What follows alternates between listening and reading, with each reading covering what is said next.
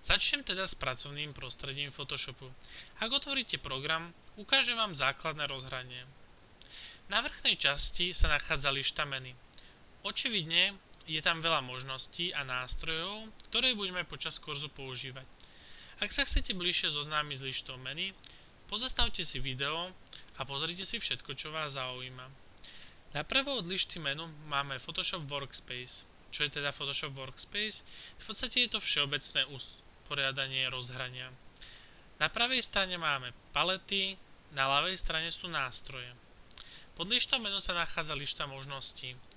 Táto lišta je zaujímavá tým, že je dynamická, čo znamená, že vždy keď použijem nástroj, táto lišta sa mi podľa mojej potreby zmení. Ako som sa už zmienil, na ľavej strane je lišta nástrojov, na pravej strane lišta paliet. Bližší pohľad na lištu nástrojov a na lištu paliet vám ponúknem v nasledujúcich videách, aby som vás nezaťažil na začiatku veľa informáciami.